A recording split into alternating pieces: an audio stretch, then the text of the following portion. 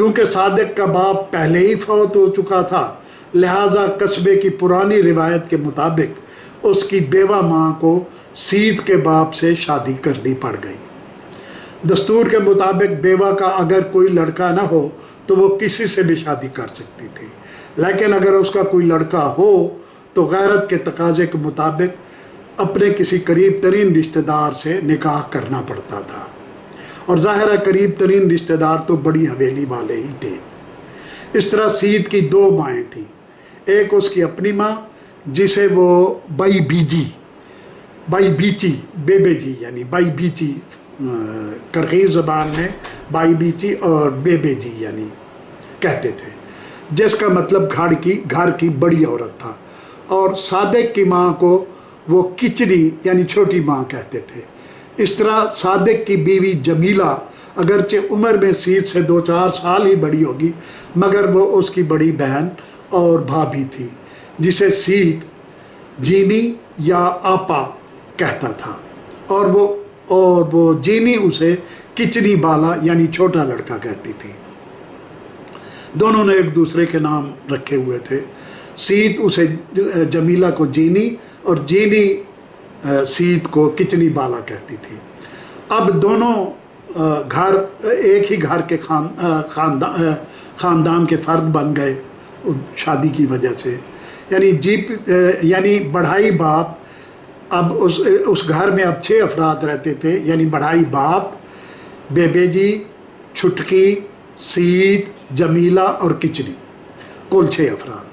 सीत को जीनी से बेपनाह मोहब्बत थी और उससे एक पल जुदा रहना भी उसे गवारा नहीं था, मगर साथ ही साथ वो ख़ुद को याद दिलाता रहता कि वो मेरे बड़े भाई की बीवी है। वो आपस में गहरे दोस्त थे और बेतकल्लफ़ी से बचपन के खेल, छुपन छुपाई, पकड़न पकड़ाई, एक दूसरे को भूसे के गट्ठड़ मारना, खेतों में भूसे पर एक साथ लेट कर बातें करते रहना उनकी आदत में शामिल था। जमीला खिलंडरी और मुंह फट लड़की थी, हर वक्त हंसती रहती, खिलखिलाती रहती। उसे देखकर एहसास नहीं होता था कि उसका खामन महाज जंग पर लड़ रहा है। उसके खतूत आते तो वो उनमें कोई ख़ास दिलचस्पी नहीं लेती थी, क्योंकि लिफाफा खोले बग़ैर उसे पता होता था कि इसमें क्या लिखा है।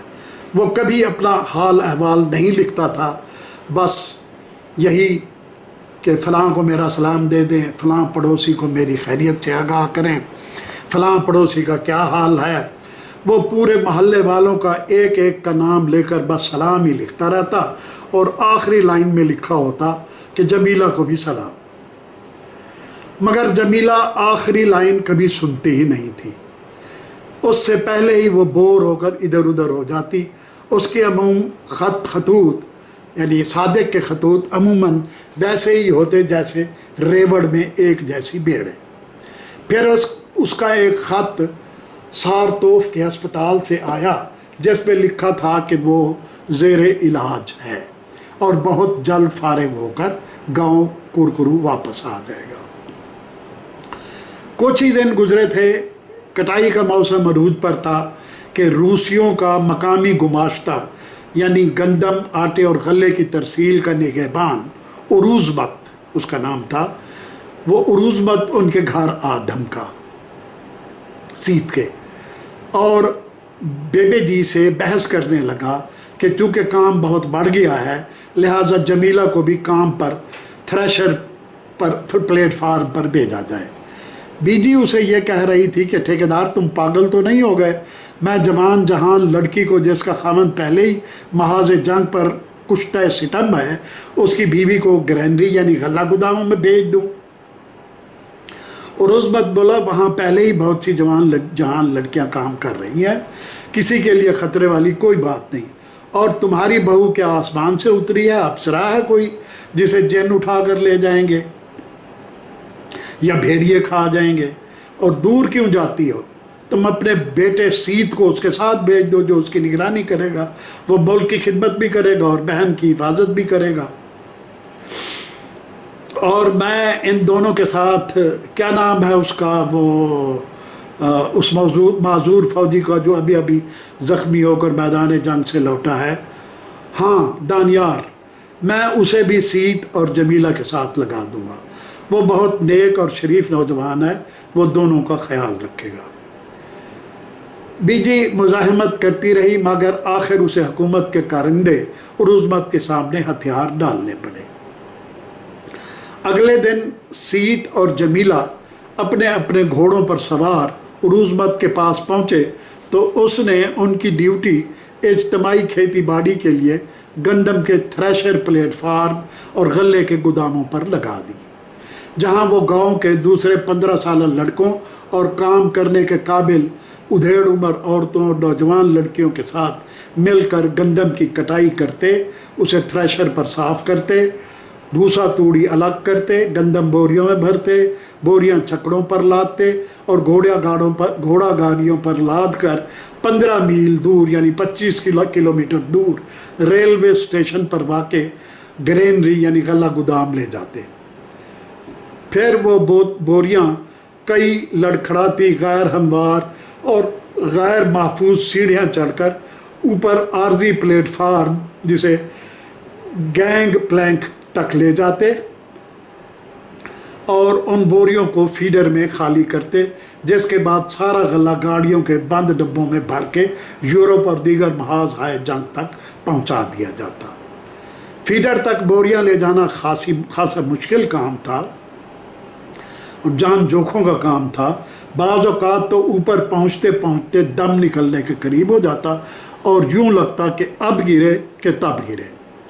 दानियार को पहले ही दिन उरुज़मत ने जमीला और सीत के साथ नत्थी कर दिया, मगर सच बात यह है कि दोनों ने उसे पहली नज़र में ही नापसंदीदा शख्स करार दे दिया। इकट्ठे काम करने की मजबूरी न होती तो वो मुड़कर भी दानियार की तरफ ना देखते। उसमें ऐसी कोई बात थी भी नहीं कि कोई उस पर दूसरी नज़र डालता। दानियार ने भी उनसे मिलकर किसी खुशगवार रद्द अमल का इजहार नहीं किया। वो हाल ही में ज़ख्मी होकर फ़ौज से निकाल दिया गया था। उसकी टांग में गोली लगी थी जिसने हड्डी को नुकसान पहुंचाया, जिससे वो लंगड़ा कर चलता था। उसका कद लंबा, जिस्म दुबला और शाने चौड़े थे। वो चूँकि ज़ख्मी था और अपनी टांग दोहरा नहीं सकता था, उसे फसल काटने की बजाय मूवर पर लगा दिया गया। वो इस गांव का नहीं लगता था, इसलिए लोग ताज्जुब करते कि वो यहाँ क्यों चला आया, जहाँ ना उसका कोई वाकिफ़, ना यार दोस्त और ना कोई रिश्तेदार। जल्द ही उसके बारे में ये मालूम हुआ कि वो इसी गांव में पैदा हुआ था। बाप बहुत जल्द मर गया और माँ उसे छोड़कर अपने किसी आशना के पास आस्ताना यानी काज़िकिस्तान और फिर चकमक चली गई। माँ के जाने के बाद 3 साल वो इस गांव में यतीमी के दर बदर धक्के खाता रहा। आखिर किसी मेहरबान ने उसे काज़िकिस्तान में नामेहरबानों के पास भेज दिया, जहां उसकी ज़िंदगी अपने गांव से भी ज़्यादा सख्त और जांगुसल निकली। मगर वहां कोई मेहरबान ऐसा नहीं था जो उसे कुरकुरू वापस भेज देता। जवान हुआ तो फ़ौज ले गई, ज़ख्मी हुआ तो वो अपनी परेरी यानी लंबी खुदरो घास के मैदान, अपने चश्मों, अपने दरिया, अपनी चरागाहों, अपने जंगली खुदरो फूलों और अपने स्टेप खुदरो चरागाहों और घूस फूस की वादियों की याद से बेकरार होकर वापस अपने गांव आ गया। उसकी असलियत जानकर गांव वालों को भी करार आ गया और जो उसे अजनबी समझकर उससे नफ़रत करते थे, उनके रवैये में भी कुछ लचक आ गई। फिर उसका सबसे बड़ा तमगा उसकी लंगड़ी टांग थी जो वतन की हिफाजत में ज़ख्मी हुई थी।